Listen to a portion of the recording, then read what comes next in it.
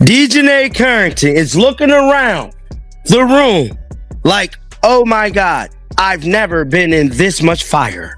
I mean, it's getting so bad that now her endorsements are potentially about to pull out on representing Djonai Carrington. This just goes to show that Djonai has no self-awareness in what's going on. Djonai Carrington runs on threads immediately. White privilege at Indiana Fever. White privilege. You running around with blonde hair. It looked like you trying to be white. It looked like you trying to be a white girl. What are you talking about, white privilege? The white girl just got a technical foul for something she didn't even do. What are you talking about, white privilege, bro? This is why she should be banned from the league. They always run. It states here, Reebok is reportedly dropping their endorsement for Djonai Carrington after she attacked Sophie Cunningham. Carrington just watched her entire career start to unravel in the span of 1 week, and the wildest part is she did almost all of the damage to herself. This isn't a story about a referee making a bad call or a league targeting one player unfairly. This is a story about a hard foul that could have blown over in a single news cycle, and then somehow turned into a full-blown reputation crisis because of the choices Carrington made in the hours and days right after it. When this young lady got ejected from a WNBA game the other day for a flagrant foul on Sophie Cunningham. Did y'all see that? She got ejected from the game for that flagrant foul right there. And I'll be damned if that wasn't a flagrant too. She mugged her. Damn near came across like decapitating her, for crying out loud. That was definitely a hard foul. Make no mistake about it. Nobody can argue about it. You can say what you want. We know what we saw. No way around it. The Djonai Carrington foul was clearly unnecessary. It was a flagrant foul penalty too. It was absolutely positively correct call. It was called the flagrant two. That's a flagrant two every single damn time in the NBA and the WNBA. Late in the first quarter of a nationally televised game between the Chicago Sky and the Indiana Fever, Sophie Cunningham took off on a fast break for what should have been an easy layup. Instead, DJ Carrington came from behind and caught her across the head and neck, sending Cunningham crashing to the floor. Officials reviewed it, and the call got upgraded to a flagrant foul penalty 2, the kind reserved for contact the league considers unnecessary and excessive. Carrington was ejected on the spot, and the broadcast cameras caught her walking off with a face that suggested she already knew this one was going to follow her around for a while. Tweeted out white privilege from the locker room of a game that she was playing in. Get this. She fouls Sophie Cunningham hard. Sophie Cunningham, obviously a white person, fouls her hard. Flagrant 2, gets ejected, goes to the locker room and tweets out white privilege in the middle of the game. Now here's the kicker to me. A flagrant 2 has to be contact that can lead to an injury that looks excessive. Djonai, it was about as excessive as possible. If there was any evidence of there being white privilege. Now here's where DJ Carrington had a choice to make. And she made the wrong one almost instantly. Minutes after being escorted off the court, before she'd even reached the locker room. She posted white privilege on social media and tagged the Fever directly. No context, no explanation, just 2 loaded words thrown out into a national controversy that already had Cunningham's name attached to it from an unrelated story about transgender athletes in women's sports. Carrington then followed it up by posting the date of the next Sky Fever matchup with a smiley face emoji, which read to a lot of people less like an accident and more like someone poking the bear on purpose. This is black privilege, to be totally honest with you, because her posting this white racist comment right after assaulting Sophie Cunningham on the court is actually black privilege because she knows the WNBA won't do a single thing of significance about it. And imagine if the roles were reversed. If Sophie made a comment similar to this, then she'd likely never play again. And actually, we just saw this from Coach Sandy Brondello. She got disciplined for making, I believe, a pretty innocent, maybe, offhand comment about talking about Angel Reese and saying that she's a protected species. She was suspended and disciplined. And I think if that's the standard. Think about the optics of that sequence for a second. A player gets ejected for a flagrant foul, and instead of taking a breath, she immediately reaches for one of the most loaded phrases in the modern cultural conversation and fires it off with zero explanation. Whatever she actually meant by it, and she'd go on to give 3 different answers about that in the days that followed, the first impression it left on millions of people was that she was suggesting the officiating crew punished her because of race. That's an enormous accusation to make, even implicitly, and once it's out there. You can't fully take it back, no matter how you try to explain it after. Is this some sort of bizarre PR strategy to attract eyeballs, or is the WNBA fundamentally broken? No. That's you, because you're a good person trying to find some kind of rational reason for doing this other than what it is. It's pure and simple racism and hate. They're mad that the best player in the league is a heterosexual white woman. Let's just be honest. She's not one of the confidants in their creed. And so therefore it's been a concentrated effort to go after her. Even her head coach doesn't stand by. So, and I think it's hilarious, and at the same time, they don't know what a woman is. And I'm very proud of Freedom and the other gentlemen for finding out who they are. And I wish them the best. And hopefully the league will, since it's an all tolerant league and their head coaches wear shirts about trans women count. Well, here's two.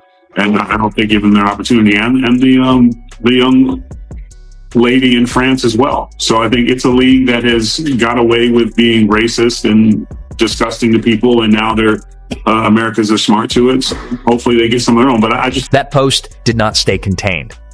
It ripped across basketball social media within hours. And it stopped being a story about a hard foul and turned into a story about race, intent, and whether Carrington was using a serious phrase to cover for a dirty play. This is the part where her whole situation started spiraling.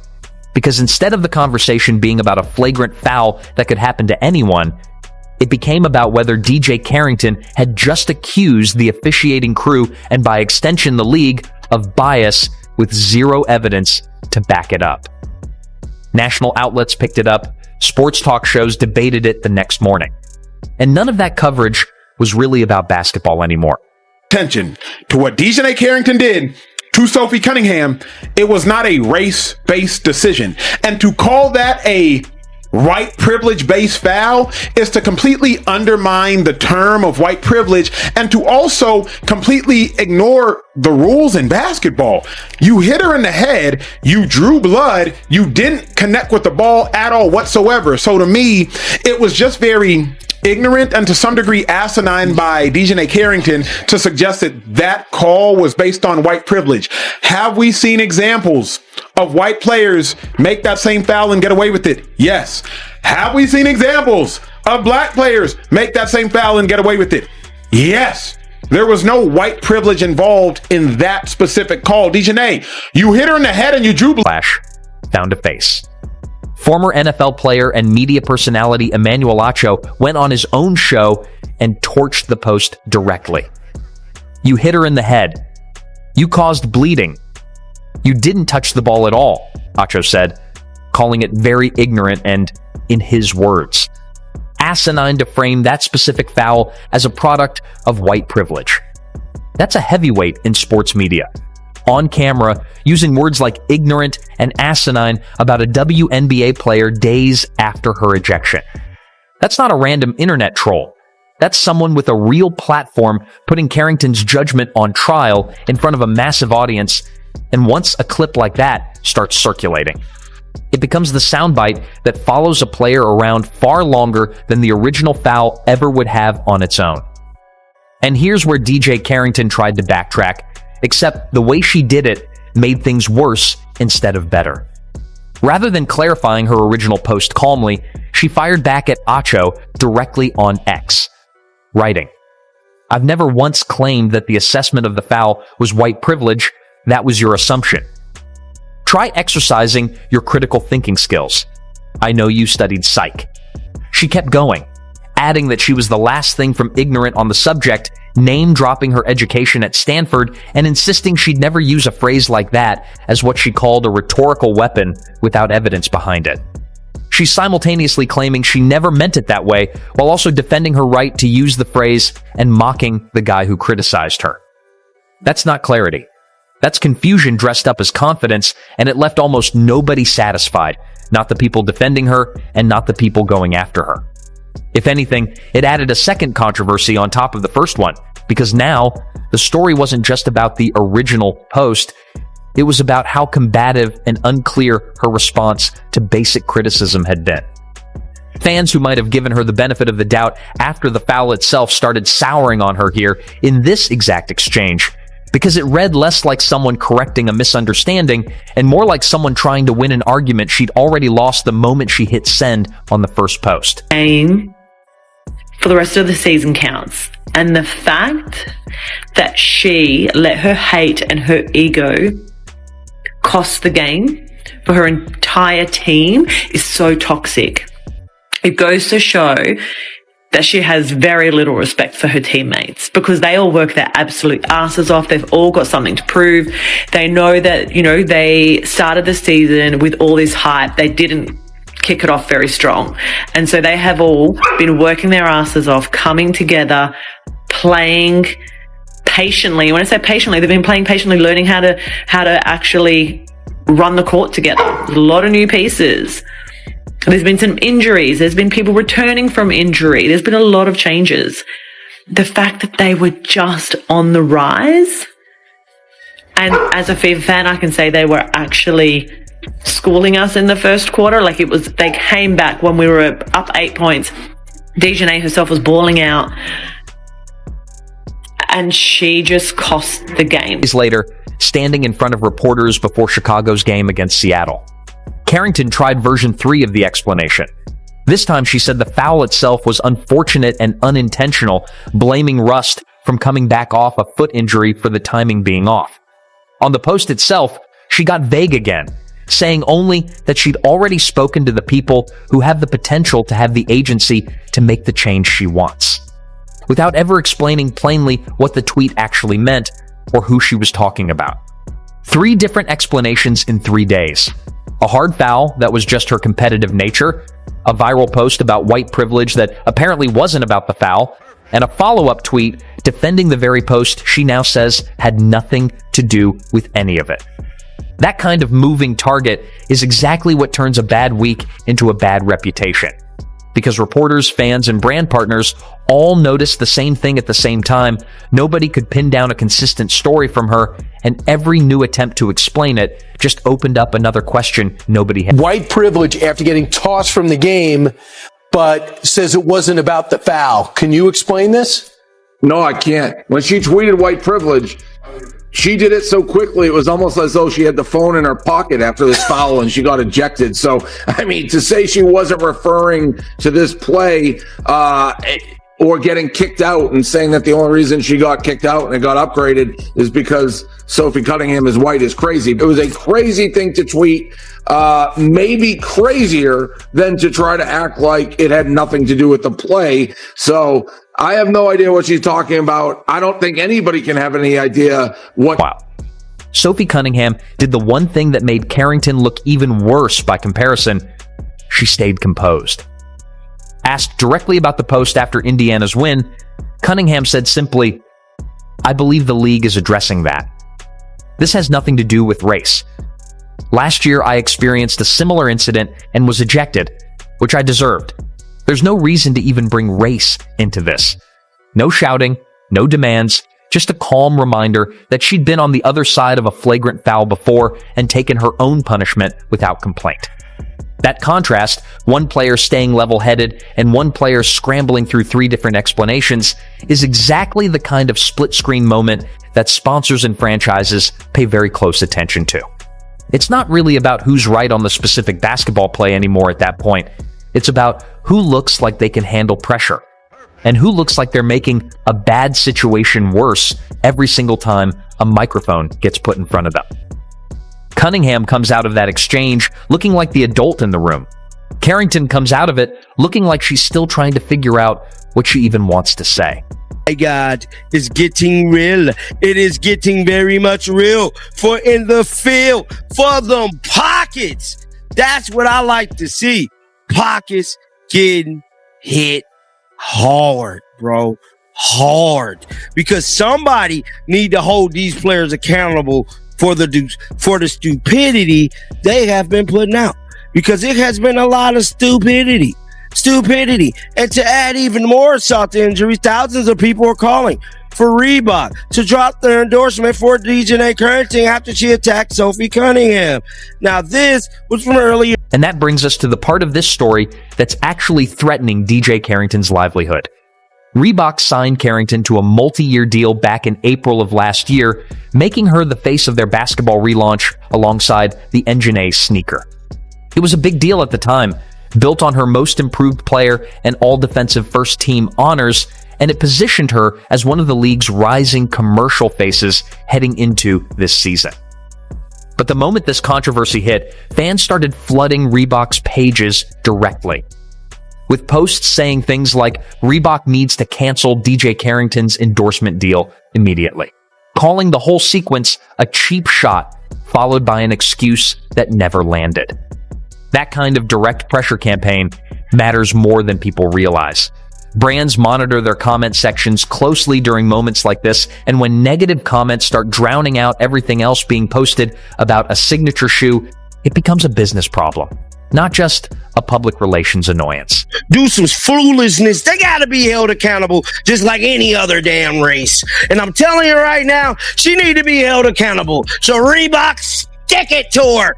Stick it to her. Because what she did was ruined a brand deal like no other. She ain't even all that on the basketball court anyways. Common sense would have told you not to clothesline Sophie Cunningham from hell. Because you want to know why? The backlash you're going to get from that decision will affect your pockets. And I'm so happy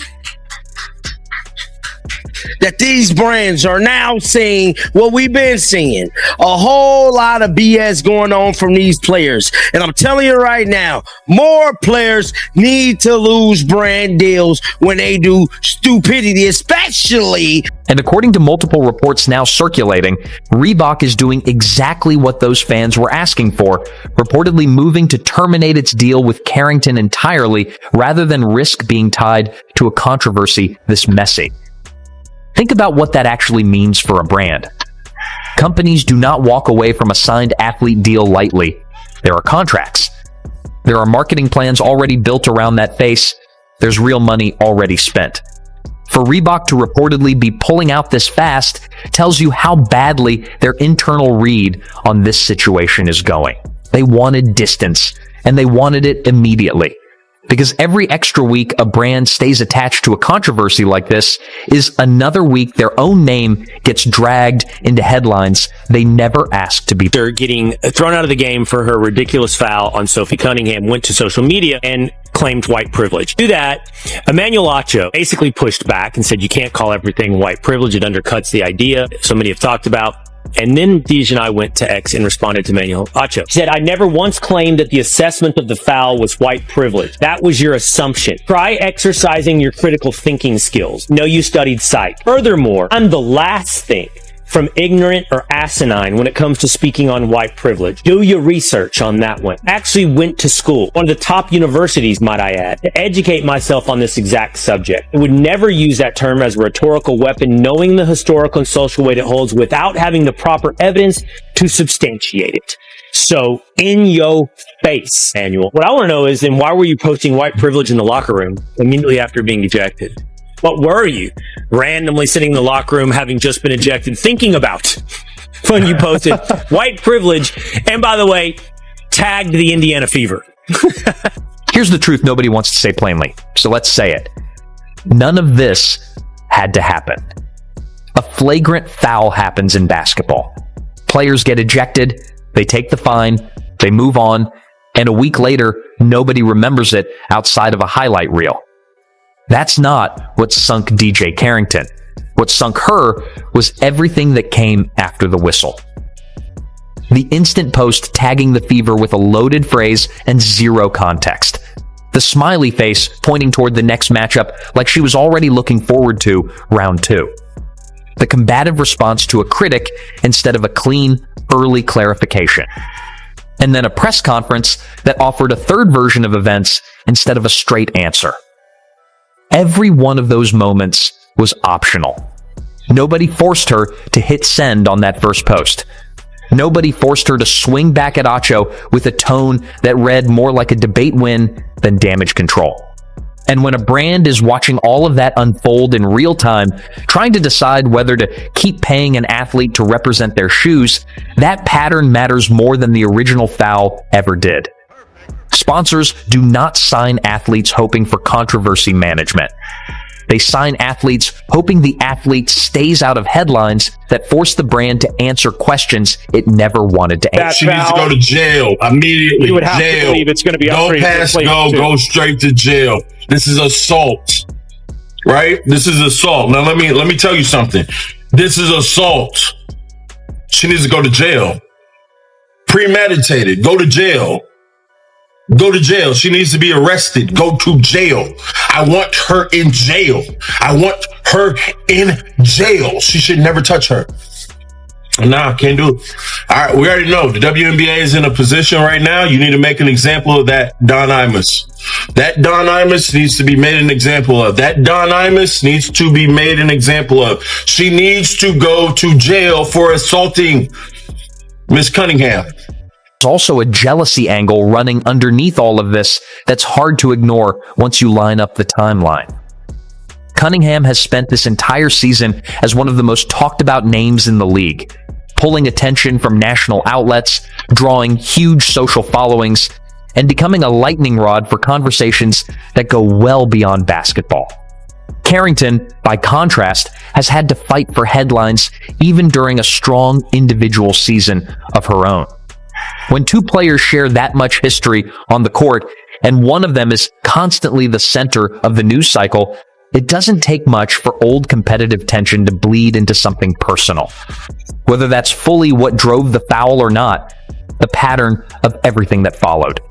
The instant accusation, the defensive posture, the refusal to just let it go reads a lot more like frustration boiling over than like a clean basketball play gone wrong. Now look at what's actually on the table for her going forward. A reported Reebok termination is the kind of thing other brands watch closely before deciding whether to get anywhere near a similar deal.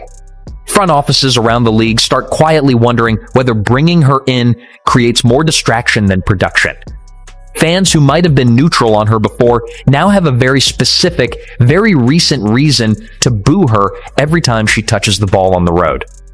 And teammates get stuck fielding questions in press conferences about something that has nothing to do with anything they did on the court. That privilege for a second. Doing something completely wrong and unethical, and instead of taking responsibility, pulls out the race card and acts like a victim. Yeah, that's what we just witnessed here. The sheer lack of accountability on Djonai's end, that was so intentional. Look at Djonai staring at Sophie's head the whole time, and look at her reaction after. That's anger. A normal reaction would be to ask if Sophie was okay or immediately apologize. But instead she shoves her. The audacity to go and cry wolf and pull out the fake victim card and scream white privilege. All the while making Sophie Cunningham bleed as a result to her actions. People are tired of everything being blamed on race. I wouldn't be surprised if Djonai did this in response to Sophie Cunningham coming out vocally in response to protecting women in women's sports. This was not white privilege. Under Djonai's definition of white privilege, here's some more white privilege.